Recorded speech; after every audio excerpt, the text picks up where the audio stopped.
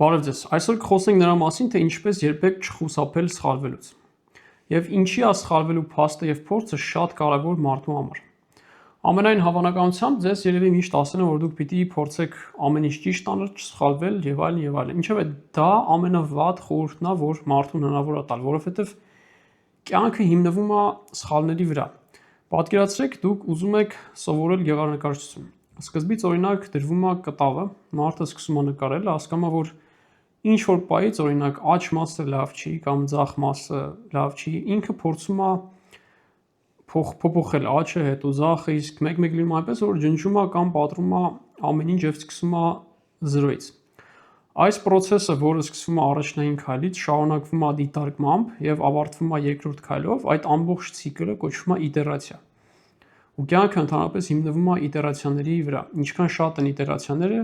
այնքան ավելի ճշգրիտ է լինում արդյունքը։ Այսինքն դուք արեցիք մի բան, հետո դիտարկեցիք արդյունքը, հասկացաք ինչ է պետք փոփոխել, արեցիք մի քայլ, որպեսզի փոփոխեք, այդ մի ցիկլը դարձավ իտերացիա։ Գոյություն ունի այսպիսի մի հետաքրքիր բան, որը կոչվում է Դանինգ-Կրուգերի էֆեկտ։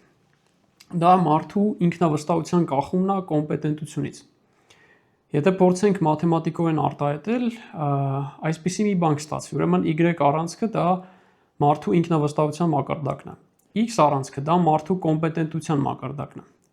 Էական չի ինչ հարցում կլինի բիզնեսում, գործում, թե անձնական կյանքում իր կոմպետենտության մակարդակն է, այսինքն ինչքանով է կոմպետենտ նա այդ ոլորտում։ Ու կստանանք այսպիսի մի հետաքրքիր գրաֆիկ։ Ինչի է այսպիսի գրաֆիկ ստացվում։ Երբ մարդը նոր է սկսում իր ճանապարհը, ինքը շատ ինքնավստահ է, իրան թվում է, որ ինքը ամեն ինչ գիտի։ Հետևաբար ինչքան քիչ է իր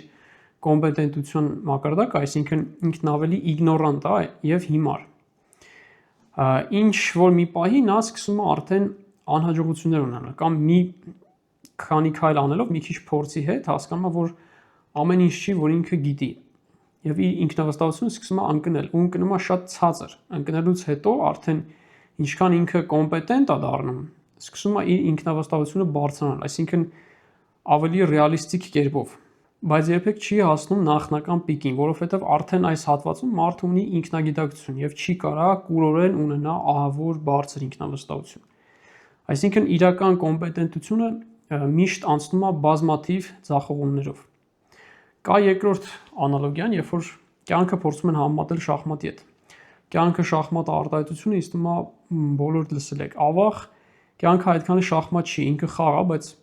շախմատ չի հաստատ։ Ինչի։ Եթե ուշադրություն դարձնեք, կտեսնեք, որ տարբեր խաղերում, ֆուտբոլում, բասկետբոլում, շախմատում եւ այլն, տարբեր տեսակի խաղերում հիմնականում հաղթում է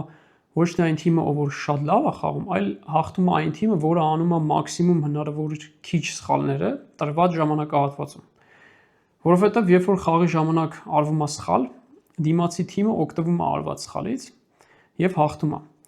Բայց կյանքը ընդհանրապես այսպեսին չի, որովհետև խաղերում կան հստակ գրված կանոններ, իսկ կյանքում ընդհանրապես կանոններ չկան։ Հետևաբար չսխալվելը կյանքում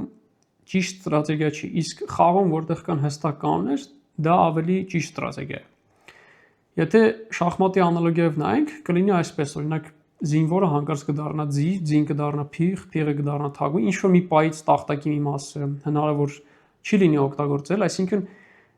գրված կանոններ ընդհանրապես չկան։ Հետևաբար այն ավելի շատ նման է պոկերի, քան շախմատի, որովհետև բախտի ֆակտորը, այսինքն անկախատեսելիության ֆակտորը շատ մեծ է կյանքում։ Եթե մարդ փորձի ամեն ինչ անել ճիշտ հստակ կանոնակարգով, բնականաբար անկանխատեսելի ֆակտորները կփչացնեն իր բոլոր պլանները։ Դրա համար սկզբից երբեք պետք չի մտածել սխալվելու մասին ընդհանրապես։ Հիմա կարծես ամեն ինչ հասկանալի է եւ պարզ, բայց ինչ որ մի բան մարդուն միշտ խանգարում է փոխվել։ Ինչի է դժվար փոխել մոտեցումները, մտածելակերպը, մտքերը եւ այլն։ Կա մի մեծ խոչընդոտ, որը կոչվում է սովորության ուժ։ Այսինքն, եթե մարդը ձևավորել է սովորություն խուսափելու սխալներից, այդ սովորությունը փոխելը կլինի շատ դժվար, բայց ոչ անհաղթահարելի։ Ընդհանրապես մարդու կյանքը հիմնականում հիմնվում է սովորությունների վրա։ Մարդը սովորությունների էակ է, այսինքն ինքը habit creature է։ Եվ ուղեղի տեսանկյունից փոփոխություններ անելը խորքային սովորությունների մեջ շատ դժվար է, որովհետև ուղեղը էվոլյուցիայի տեսանկյունից զարգացել է այնպես, որ խուսափի եւ ընդդիմանա մեծ փոփոխությունների, որոնք բերում են դիսկոմֆորտ, քանզի իր տեսանկյունից լավ եւ վատ արդյունքներ չկան, այսինքն երջանկությունը, ուրախությունը իր համար հստակ կոնցեպտներ չեն։ Կանխատեսելիությունն է ամենամեծ գրավականը։ Նույնիսկ եթե դա բերում է վատ արդյունքների, բայց կանխատեսելի արդյունքների։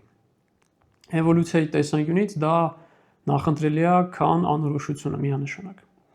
Բայց լավ նորությունը նա է, որ գիտակցությունը այս ամեն ինչի մասին արդեն մարդուն ուժ եւ գործիքակազմ է տալիս անելու մեծ փոփոխություններ։ Այսինքն,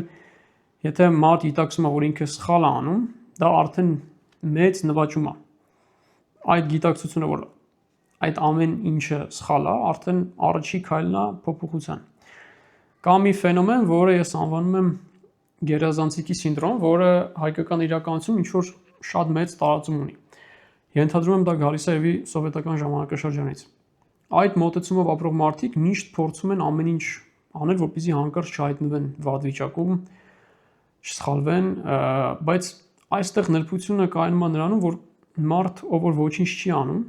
ի վերջո հայտնվում է ամենահիմար վիճակում, որովհետև ժամանակը եւ կյանքը գնում է, իսկ չանելով պրոգրեսը լինում է կիլոմետրերի փոխարեն միլիմետրեր, ու հանկարծ մարդը արթնանում է ինքը 50, 60, 70 տարեկան է ու իր կյանքի ճանապարհը տևել է ընդամենը 5 մետր, որովհետև ինքը ամեն ինչ փորձել է անել ճիշտ եւ մաքսիմում խուսափել է սխալվելուց։